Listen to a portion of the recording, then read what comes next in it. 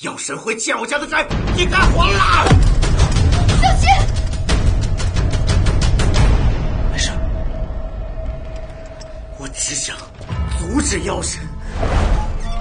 10年前，应天府举办药神庙会，我怕大勇被药神选中，就没让他去。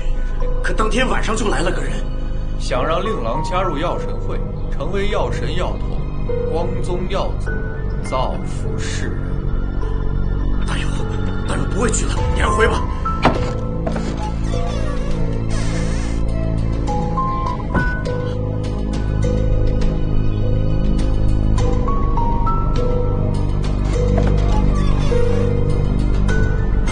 娘子，从那之后，大勇就失踪了，直到2年前，我才把他找回来。于是我就把他关起来。那密室里的画像是怎么回事？我始终觉得有人借着温童子的传闻害人，所以我就顺着受害者的线索追查元凶，却始终没有任何线索。得知国公夫人也中了那毒，就想来帮帮忙。所以你一直研究解药就去他有，怪不得密室里面有炼制痕迹。大有这孩子虽然天生药骨，温凭要不了他性命，可我最害怕的是有人利用他，导致2瘟疫卷土重来，生灵涂炭呢。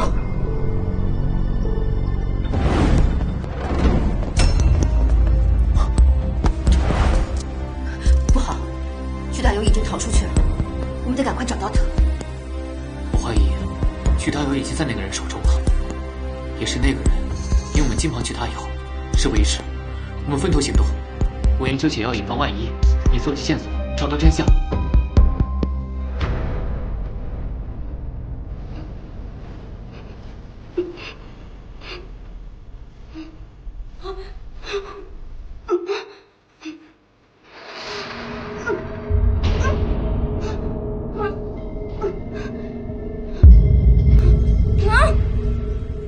师叔，这些事迹都是卓然王爷留下的，小侄才疏学浅，未明其用，或许师叔能派上用场。袁觉根、刘安素梅，还有千毫母，难怪会加剧精神失常。这病毒的进化显然也是人为。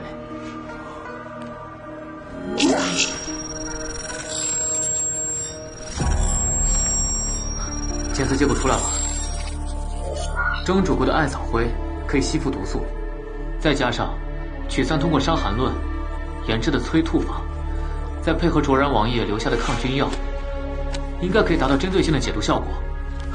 能帮上师叔就好。也多亏了你啊，大侄子。不对呀、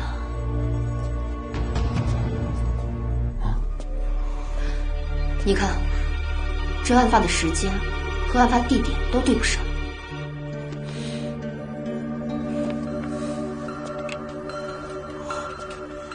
1更的时候是寻满街，商会2更，3更药神庙。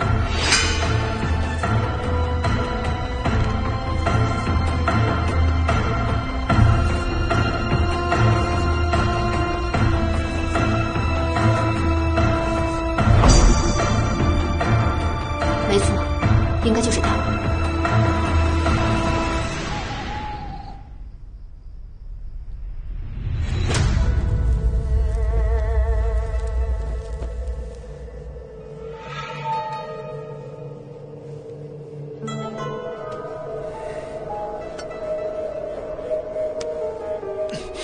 住手！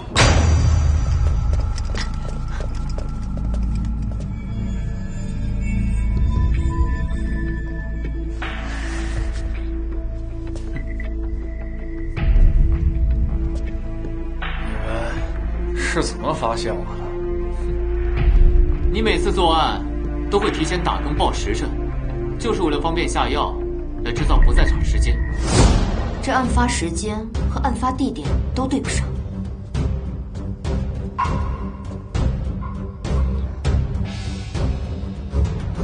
时辰经过得如此之快。此外，出现在案发现场的相同鞋印，经过比对，都能证明是来时的草鞋。你还利用打更人的身份，第一时间汇报现场，就是为了故意栽赃到曲三头上，来混淆我们的视线。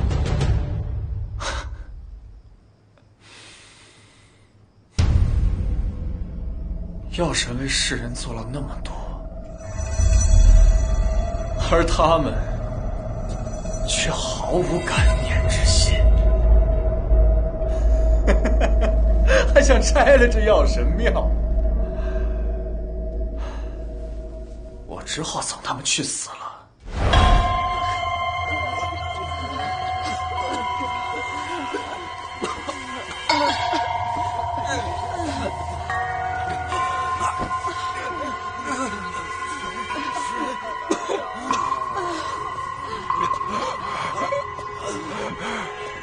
药神会赐福，为你去除疫病。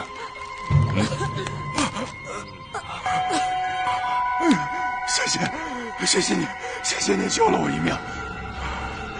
我将来必会回报的，万死不辞，赴汤蹈火。记住你说的话。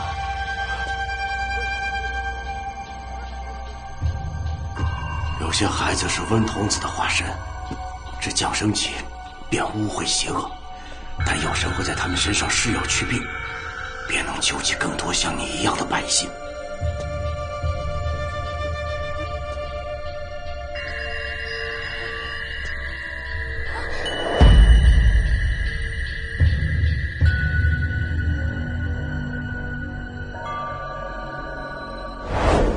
这些年我一直守在这里，希望能延续药神的香火，而他们却忘恩负义。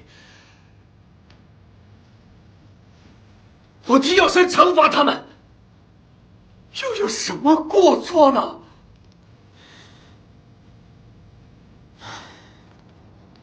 我看过那记载，10年前那场瘟疫，来的突然，去的也突然。这分明就是药神会精心策划的，他们先害人，然后再救人，就是想让你们死心塌地的效忠，还让你成为帮凶，拿活人试验。不可能，不可能！你胡说！这曲大友分明就是温童子，不然他为何不死呢？啊！我奉药神的命，是为民除害啊！这世上根本没有温童子，但却有药神会这样真正的恶魔。因为曲大友身体里面有瘟疫的抗体，能够帮忙研制解药。如果你杀了他，你才会变成那个千古罪人。不！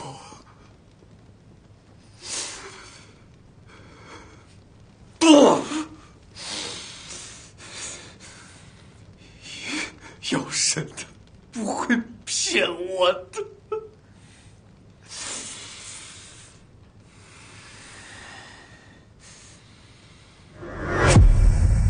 你才是那个说谎的人。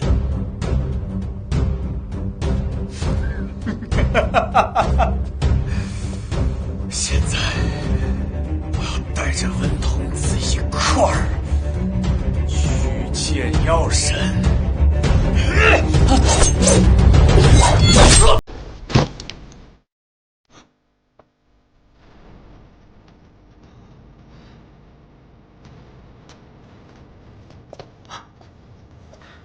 我们去曲三家。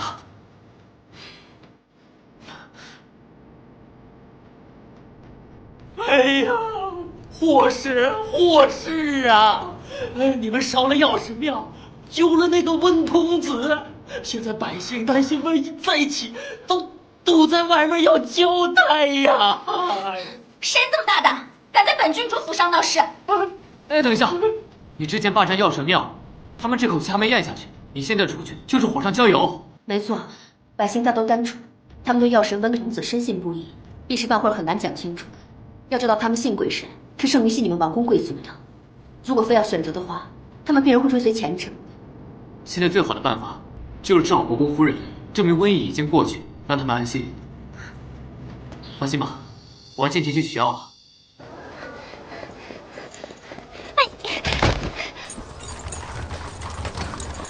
公子还在等着我回去救人呢。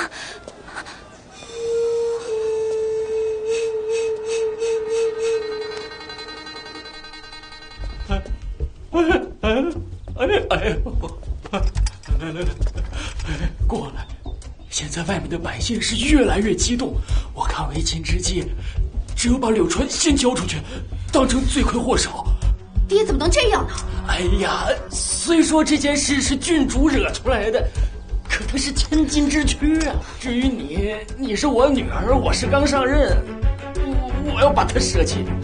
爹，哎，你这人真是老奸巨猾啊！送死我去，背黑锅也让我来。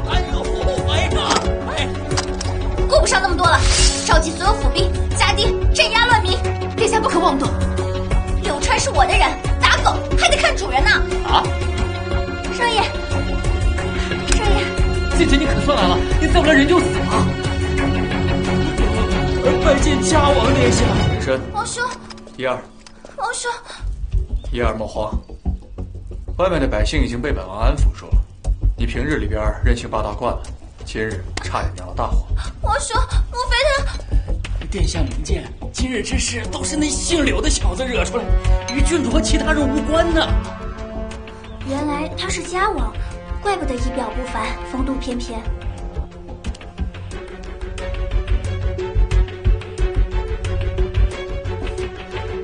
国公夫人的病情也稳定了。莫非……放肆！还不拜见嘉王殿下？你便是柳川，本王早有耳闻。圣上赐你柳叶金刀，可剖天下尸体。今日一见，果然名不虚传。救母大恩，本王没齿难忘。哦，我这么有名吗？哎呀，客气了，客气了。果然有我王弟卓然的风范。今日一见，不如咱们就结拜为兄弟。哎呦，王爷明鉴，这位柳公子啊，的确是一介奇才，而且他是我未来的贤婿啊。我肚子饿了，我们走吧。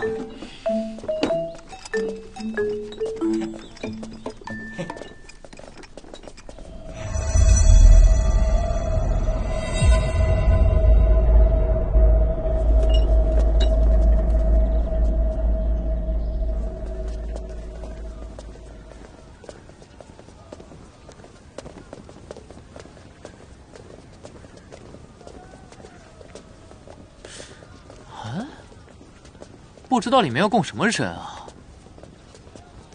那就得看他了。他？这就要看百姓们的选择了。云梦已经把这里买下，无偿赠给百姓了。他不是没钱吗？前些日子怪我没弄清楚家里的情况，来人跟我说，先帝曾赐给我家一座铜山。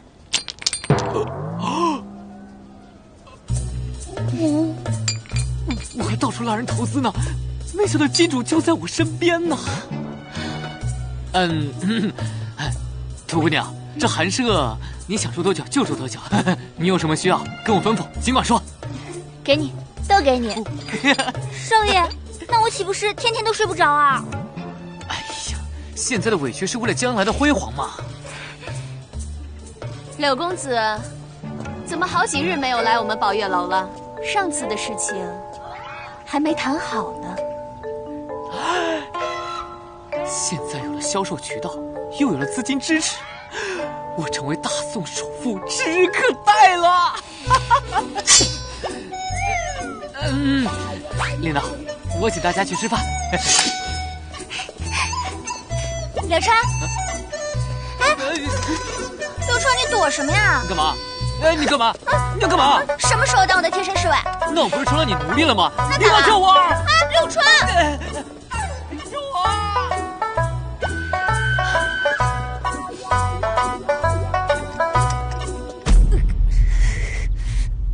我能救他。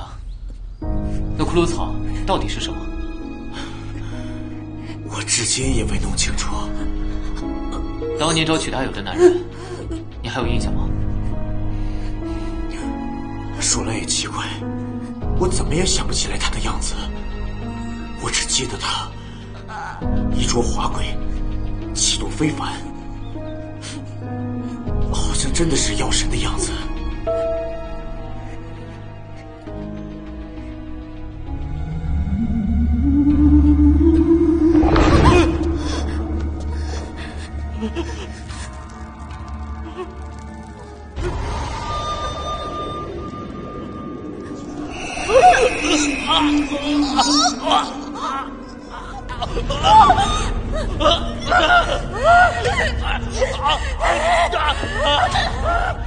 果然被他发现了骷髅草的线索，这个柳川还真没让我失望。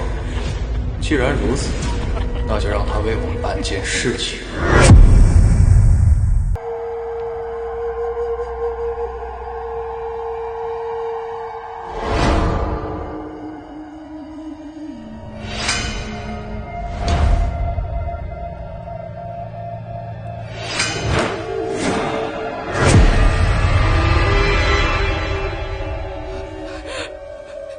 信女古氏，贞洁自守20载，一念之差，未能经得住诱惑，冲撞了神灵，罪该万死。我知罪，我知罪，我知罪，我知罪啊！我知罪。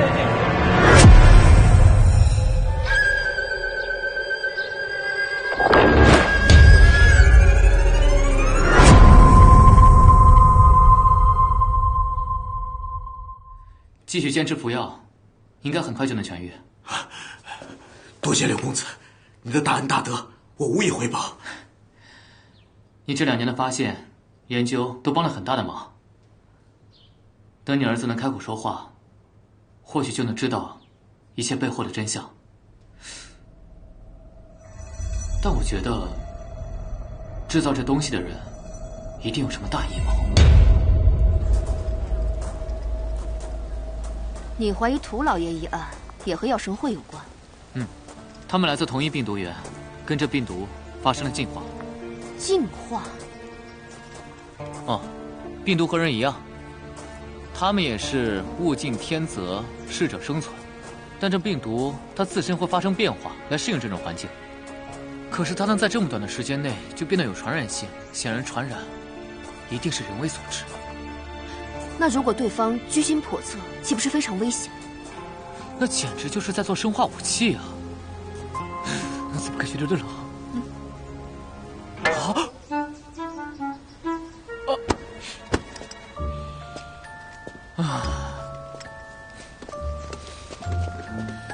少爷，你可算来了，你看看他们。柳郎，人家好心捐善款，他不但不接受，还嫌我钱不干净。你说这世道，同为女子本就很艰辛，还分什么高低贵贱？你可要为人家评评理。柴姑娘，我都已经跟你讲清楚了，这宝月楼不是什么别的地方，给烈女衙捐款属实不妥。想必柳公子必定能明白我的初衷。烈女衙？相传当初有位女子，她结婚后不久便守了寡，但由于她貌美如仙，得到了不少人的垂涎，婆家因此日夜忧心。后来啊，这位女子竟然以断手断脚来证明了她的不服守贞之志。我怎么听着像是被婆家逼的？该女子因此被封为圣女，后来她所居住的地方呢，就被称为烈女衙，还被朝廷用来赡养和犒赏那些丧夫后还恪守贞洁的烈女。怎么又是你啊？本郡主几次遣人召你，你都顾而不见，本郡主只好亲自过来了。郡主殿下，我现在完全没有换工作的想法，虽然他对我凶了点儿，但是我还是很喜欢我的工作的。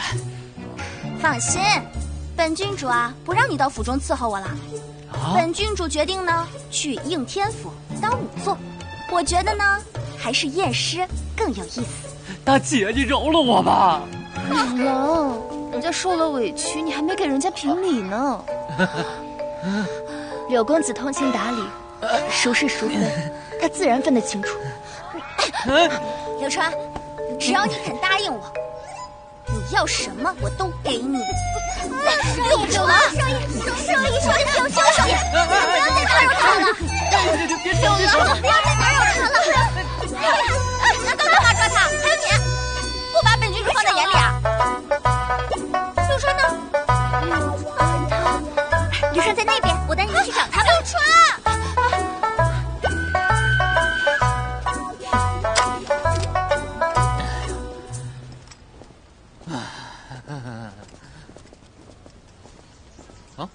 夏望，你怎么来了？请坐。若真如王爷所言，那这起命案确实离奇。只不过烈女衙并非应天府治辖，为什么不让当地官府调查？他们哪儿比得上二位？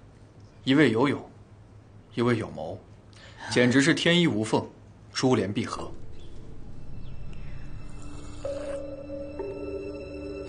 在下斗胆，敢问殿下为什么会关注此案？死者的丈夫曾是本王年少时的侍卫，后来因公殉职。没想到他的遗孀又死于非命，本王想查明真相，以告慰其在天之灵。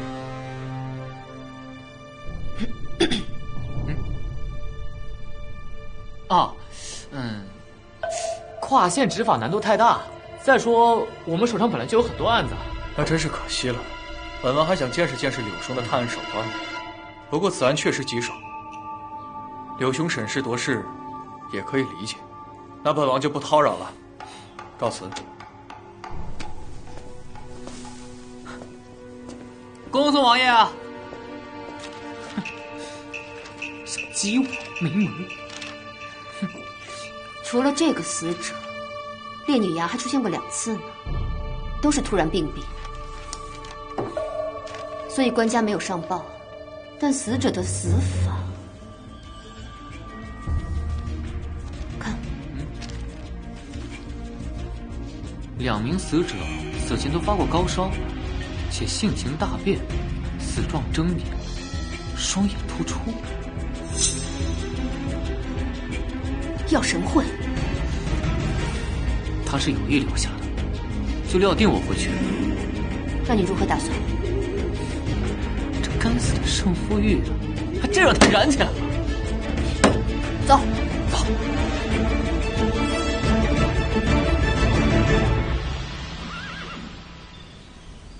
所以这里住了寡妇喽。唉，为了这东西脱离社会，跑了这鸟不拉屎的地方，真是疯了。唉，所谓名节，对女子来说，往往看得比命还重。不知道是荣誉还是枷锁。没事，等我死了，你随意改嫁，不用为我守寡。再胡说，我就想把你踹下去。来者何人？竟敢擅闯烈女衙！应天府官差奉命前来调查古尸命案。真是。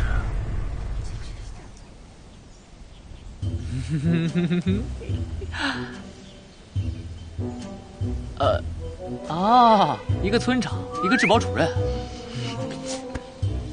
男女授受不亲，光天化日之下，成何体统？那么激动干嘛？我还以为有什么少儿不宜的画面呢，差点打马。哪里来的登徒子？我真廉耻！她是我们查案的仵作。这烈女衙皆为寡居女子，向来不允许男子踏入，这恐怕不妥。村长姐姐，我是来验尸的，不是来干别的。少废话，不行就是不行。当初圣上来了，也只能止步于此。你还想进入？不可能！这里的女子都曾向圣女守誓，要永世守节。一旦遇到男子勾起淫邪之念，不但坏了修行，还会遭到厄运。还请见谅。我知道我长得帅，但是也不至于有这么大魅力吧？更何况，这种东西本来就靠自觉自愿，强行禁止是泯灭人性的。村长姐姐，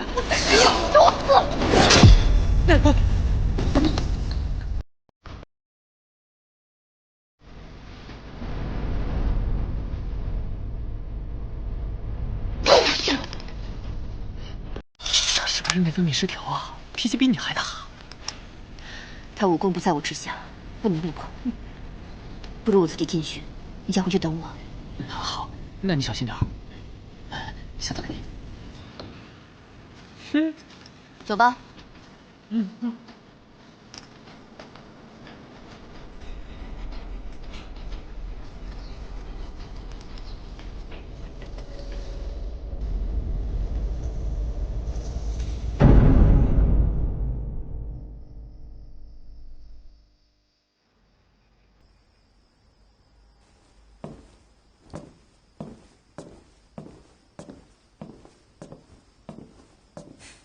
看你辛苦了一天，准备了夜宵，怎么样？今天查的？烈女崖的人都说，是因为他们违背誓言，不守妇道，所以才遭了天谴。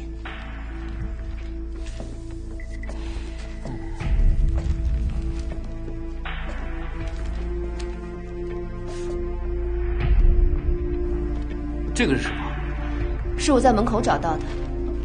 不知道为什么会出现在这儿。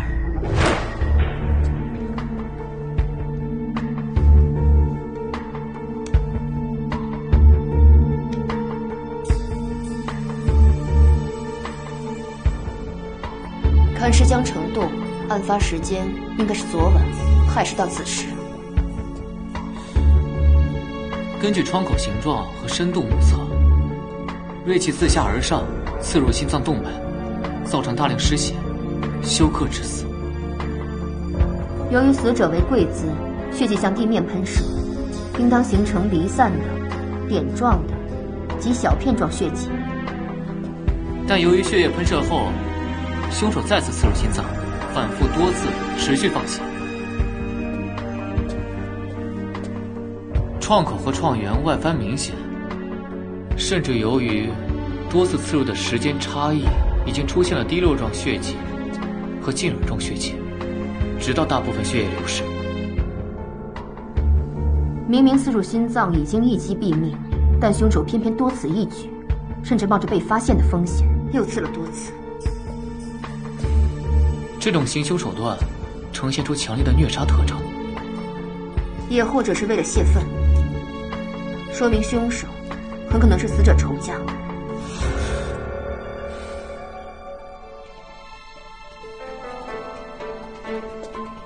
没有抵抗痕迹，没有束缚伤，说明死者和凶手并没有发生搏斗，甚至挣扎，应该在完全无意识的状态下被人杀害，比如喝醉酒。基本可以断定，死者和凶手相识。而且死者多年居住在烈女崖，没有外出，而烈女崖管控十分严格，外人很难进入。所以凶手极有可能就是烈女崖的人。此外，现场还有些酒杯，应该是用来祭神的。我已经提取了指纹。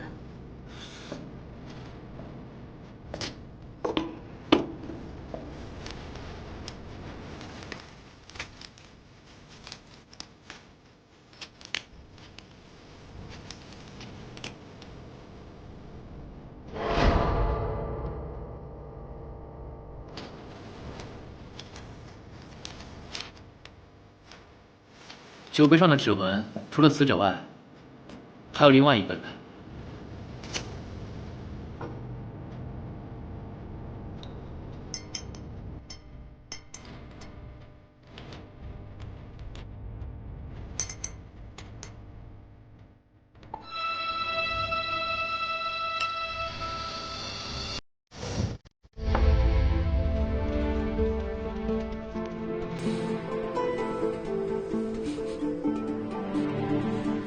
类似麻醉药之类的东西，必须得进入烈女崖进行指纹排查。但如此精密且大规模的采集比对，只有你才行。所以必须得想个办法进去。我倒是有个主意。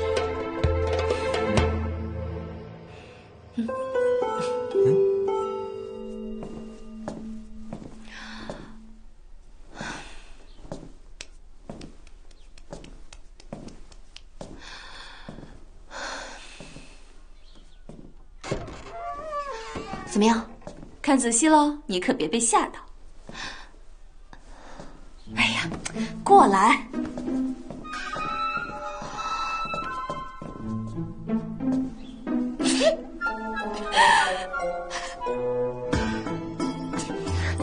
柳公子找我何事？哎，柳公子呢？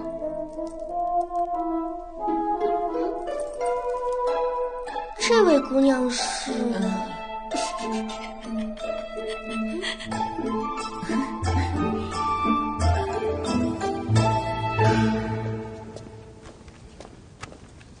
我家老爷去年仙逝，夫人立誓要贞洁自守，所以涂三小姐便介绍她来此清修。涂三小姐乐善好施，为我烈女衙捐了不少善款，她介绍的自然没问题。不过这信上说柳夫人还与涂家有亲。正是，论起来，我家夫人还是涂三小姐的姑母呢。你们还想骗我？烈女衙里都是寡女，你侯间的突兀已经暴露，还想蒙混？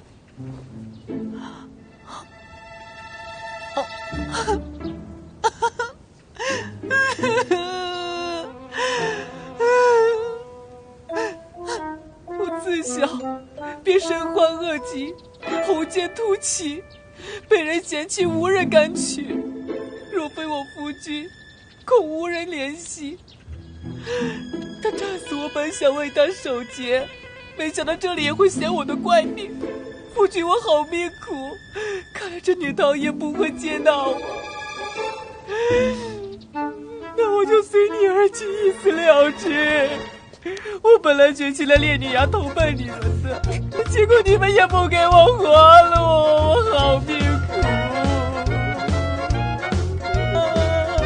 随我来吧。还好有机智，不然穿帮了。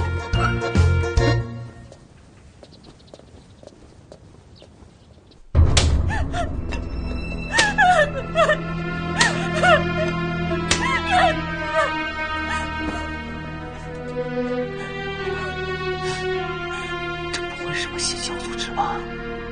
柳夫人，切记早晚背诵，并恪守上面的戒谏。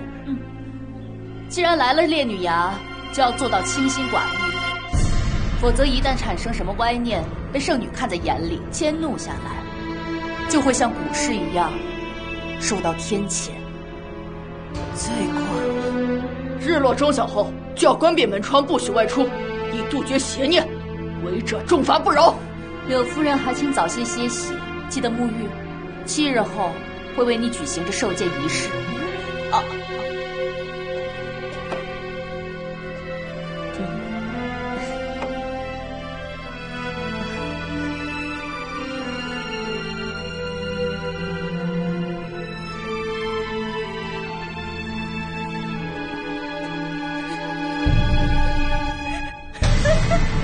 我真的知道错了。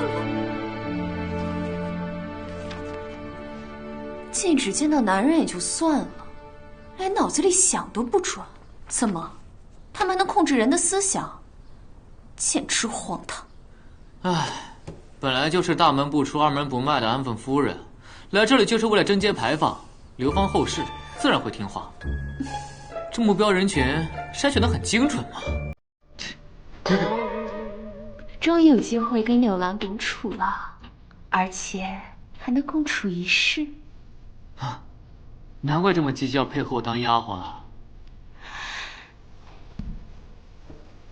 柳郎，让我帮你沐浴更衣，早点休息吧。我生活能自理啊，不需要你帮忙。人家早晚都是你的，你就不必客气了。怎么，你还怕我吃了你不成？要不了老板，我早说咱俩不合适。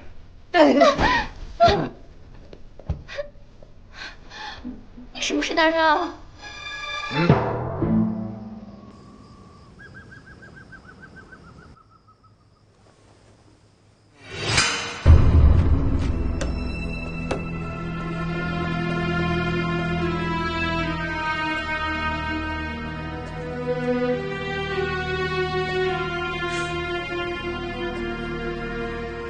奇怪，难道我看错了？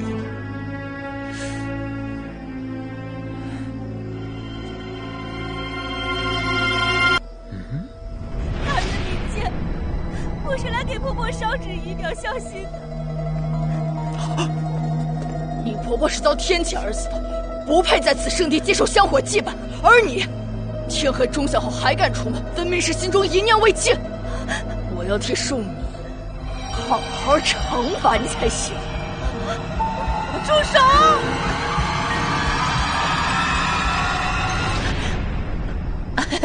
大人息怒，她身为儿媳尽孝，也是天经地义嘛。破一次例没有什么的。柳氏，这里没有你说话的份儿。念你今日才到，心中一念未尽，我就不治你天黑出门之罪了。7日后受戒再犯，一样重罚。我就纳了闷儿了啊，顶多也就安全意识有待加强，怎么还扯上淫念了？你们这些人脑子想的都是什么东西啊？天黑出门，不但不守女德，更是冲撞圣女。你想一块儿受罚吗？这位夫人，是我不守训诫，我该罚，千万不要被我连累。大人，我愿意受罚。哼，算你识相。你婆婆死了，你没了倚仗，最好乖乖听话。啊！柳氏，看来你是想造反啊！大人息怒，既然要罚，那罚便是了。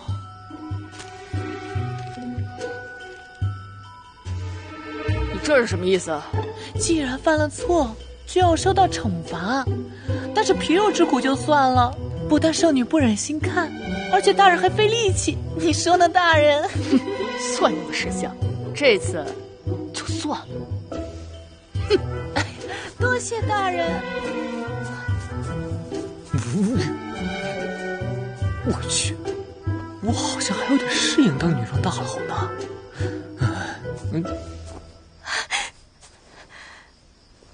多谢夫人。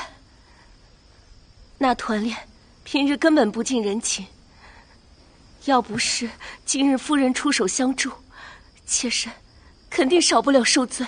什么不近人情啊？啊，那分明就是人设。自打我一进村来啊，他就一直盯着我的行李和我身上的饰品，一看就特别贪财。真是可惜了我的银票足足10两呢。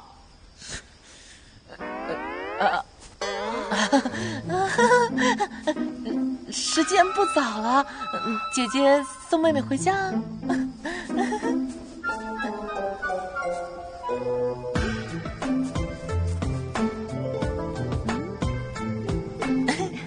真漂亮。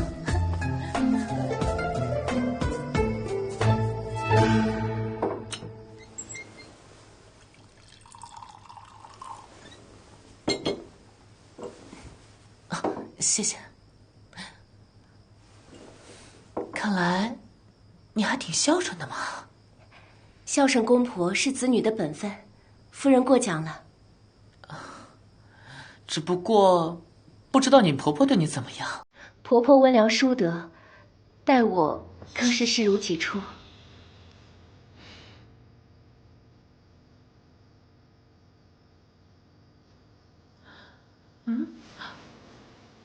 这些都是你为你婆婆做的？夫人初来乍到，可能有所不知，我婆婆生前在烈女衙专门负责丧葬事宜，我平日就帮她做些纸扎，但凡有人故去，都需经她手。只是没想到这次，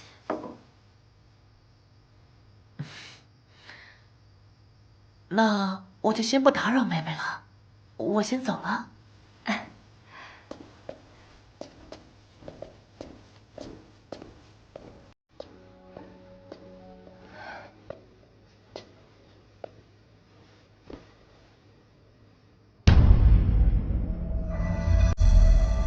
生不如死的日子，总算到头了。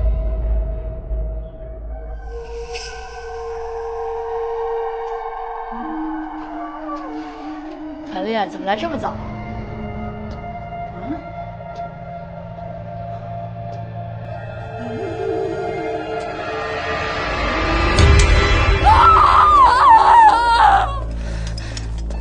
靠门！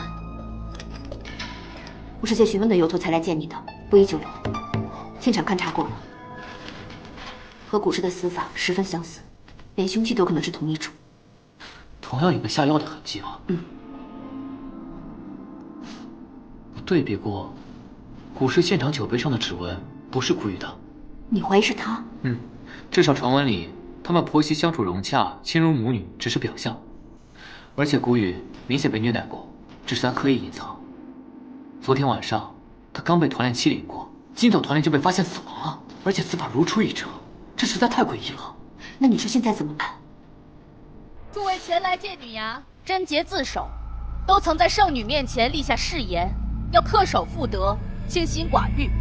团练、古氏，还有山后的那些人，他们之所以死于非命，就是因为心存杂念，因此圣女才降下惩罚。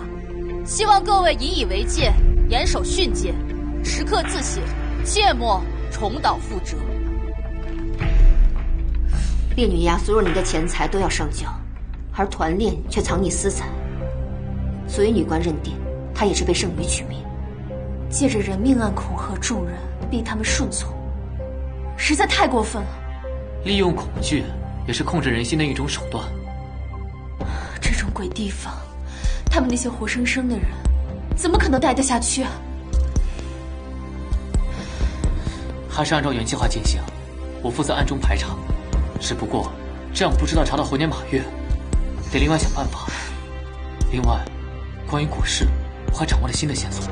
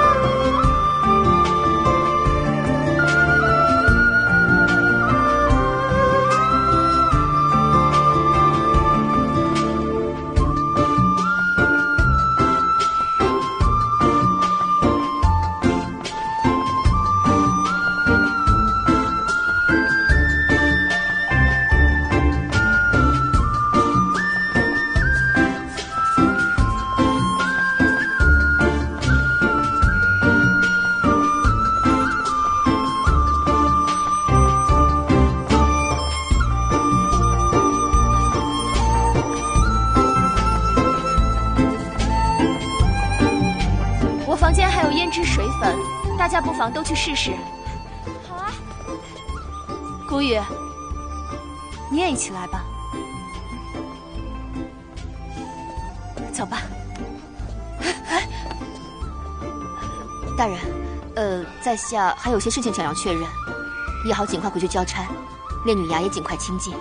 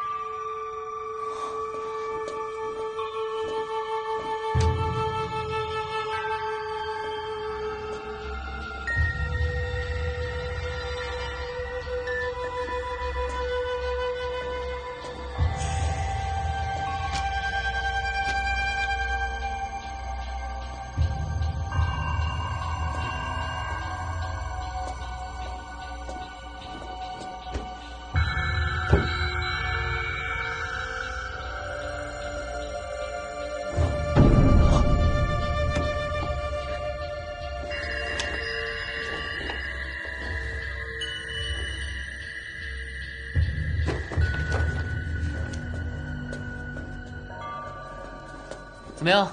今天玩的开心吗？我一直觉得自己被迫沦落红尘，已经很凄惨，但是我没想到，在人家口中的良家女子，也过得如此卑微。既枯燥乏味，又失去自我。我今天看他们笑的样子，我心里反倒不好受。唉，他们也是被世俗裹挟，身不由己。不过我相信，人性是不会被压抑的。今天就是最好的证明。亏你想得出这招。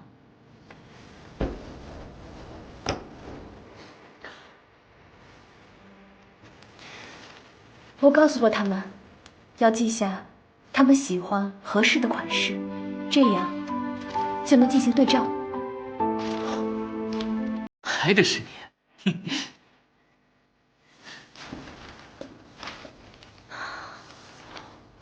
可惜再机智，也无法让六郎倾心。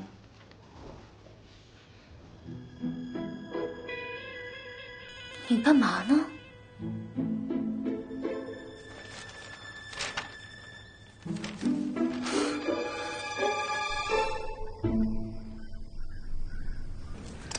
怎么换回来了？穿女装还挺漂亮的。哎呀，别说了。大半夜把我叫这儿来干嘛？这次除了来查案，还有件重要的事情。古尸是负责烈女衙的丧事，每个寡妇死后都有他亲手下葬，他还做了记录。喏，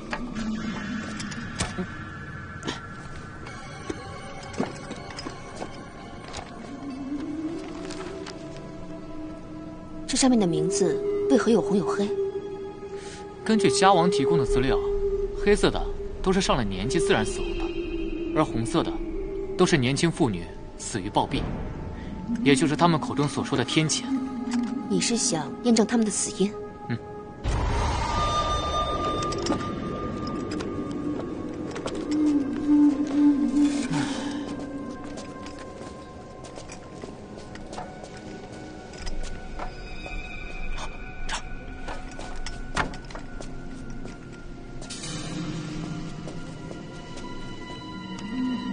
不好意思啊，打扰了。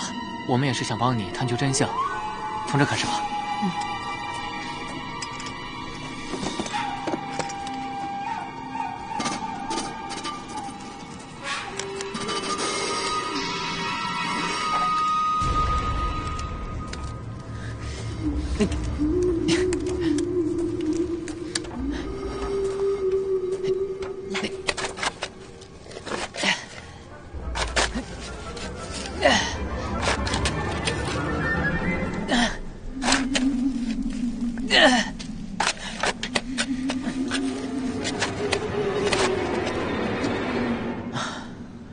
无需解剖，我只要查看尸体迹象就能确定。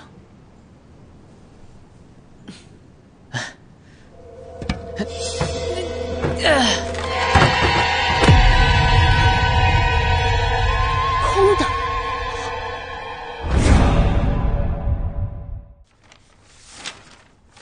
什么？你说那些年轻妇人的坟都是空的？嗯。这怎么可能？而且所有的指纹都对不上。难不成杀死古尸和团练的是？坟是空的，指纹也找不到，凶器也毫无线索。要不是我不信鬼神之说，恐怕我也要怀疑是那些死去的女子所为。我怎么觉得遗漏点什么？女官，邱捕头，何时才能结案？你一个未婚女子，又与众不同，做了捕头，总出没在烈女衙，实在有些不妥。我怕万一扰了他们清修，圣女再怪罪在下。大人所言极是，那可否容许在下再查看一次？不是都看过了吗？最后一次，我好结案。好吧。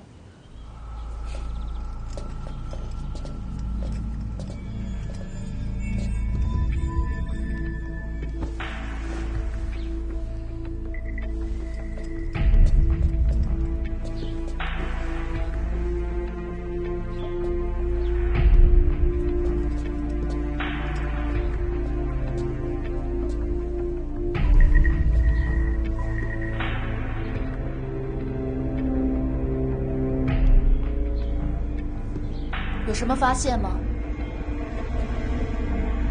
团练一身毫无意义，可惜了。是啊，身为女子舞枪弄棒，本就有违女德，而且她作为烈女衙的团练，本就该以身作则，协助我管好众人。可她却贪慕钱财，结果才惹恼了圣女。只是不知道她那些钱财是从何而来。自然是从众人那儿搜刮来，也怪我监管不力，让她有机可乘，哪知是害了她。对了，邱捕头，你是否有婚配了？之前确实有过，那就是有心意之人了。大人何意？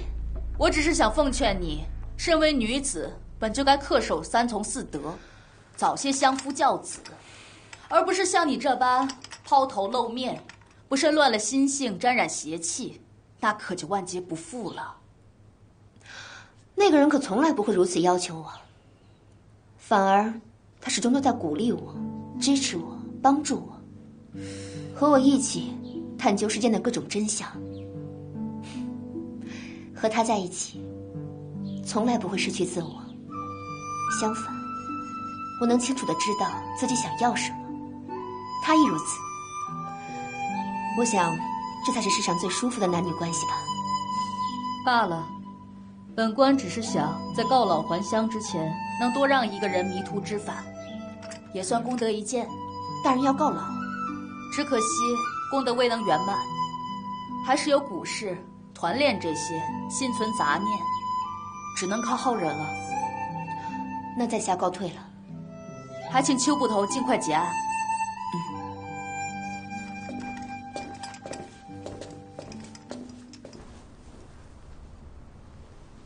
听说了吗？女官告老还乡了啊！那你们说，这下一个女官又会怎样？还能怎样？反正都一样。熬吧，反正一辈子，咬咬牙就熬过去了。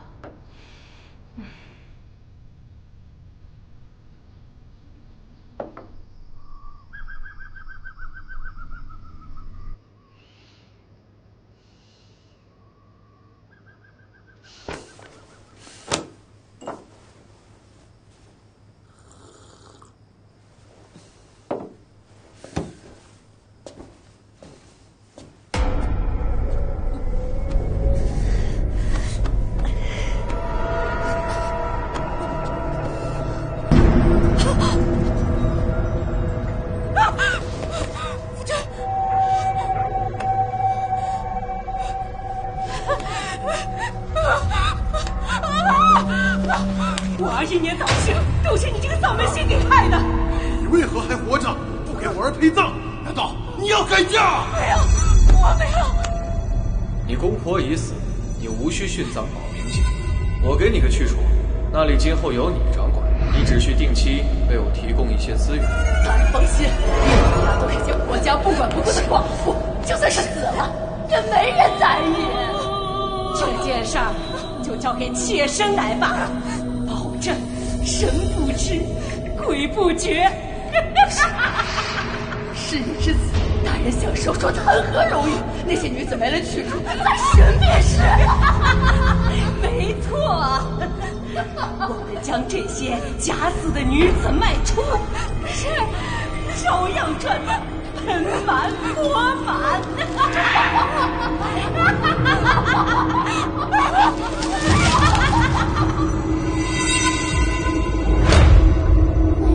骗我？骗我！为何骗我？为何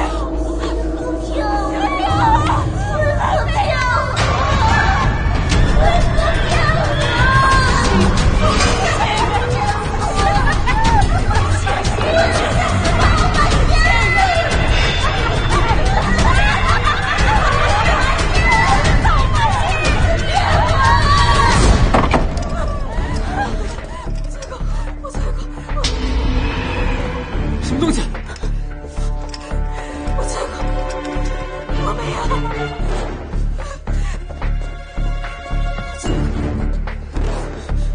别下药了。没有。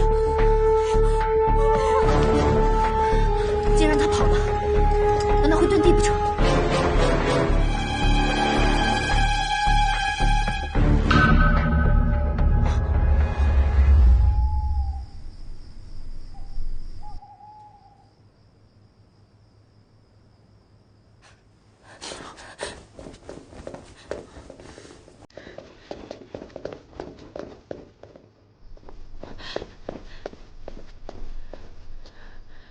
你们真的打算为了所谓的冥界，困在这个鬼地方一辈子吗？难道身为女子就有错吗？你们回答我！你若真有脸，你睁开眼睛看看他们！你为了自己的冥界毁了自己的一生，你现在还想让他们像你一样痛苦？莫非这就是你想要的？如果真是如此，那你根本不配放手！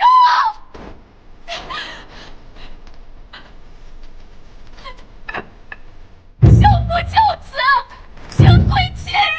大姑娘，我家消耗一生的你们分干了月节，取你的清贵，取你的日常，取你这为女子重复一生的枷锁和传人情！我不！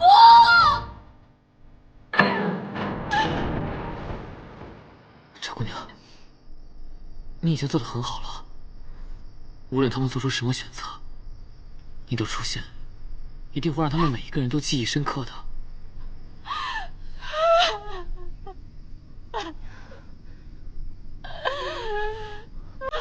快看！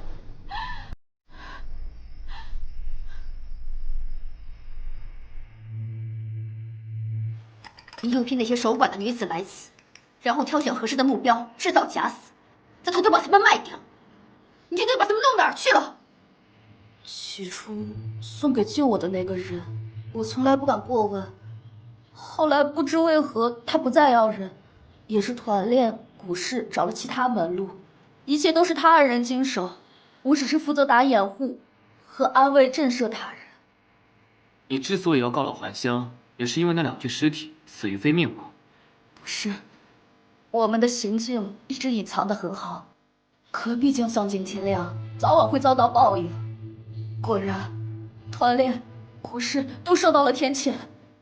我怕我再待下去，我也会变得成天把天谴挂在嘴边，恫吓别人，结果自己才是最怕天谴的那个。救救我！救救我！我之所以做那些事情，就是因为我想活下去。你想活下去？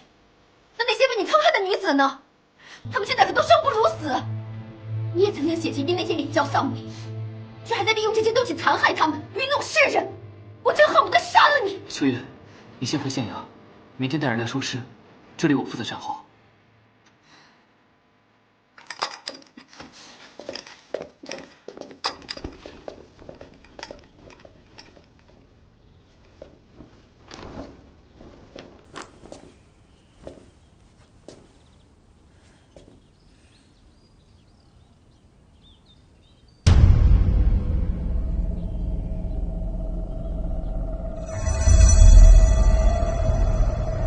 姐姐，我可以，我真希望没有见过你，至少不是在这种鬼地方。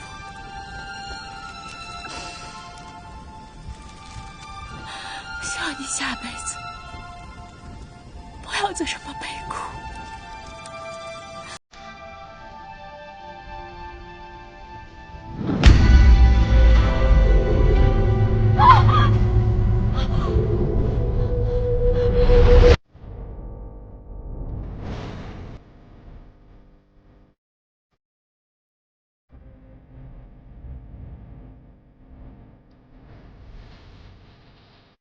进来吧，我等你很久了。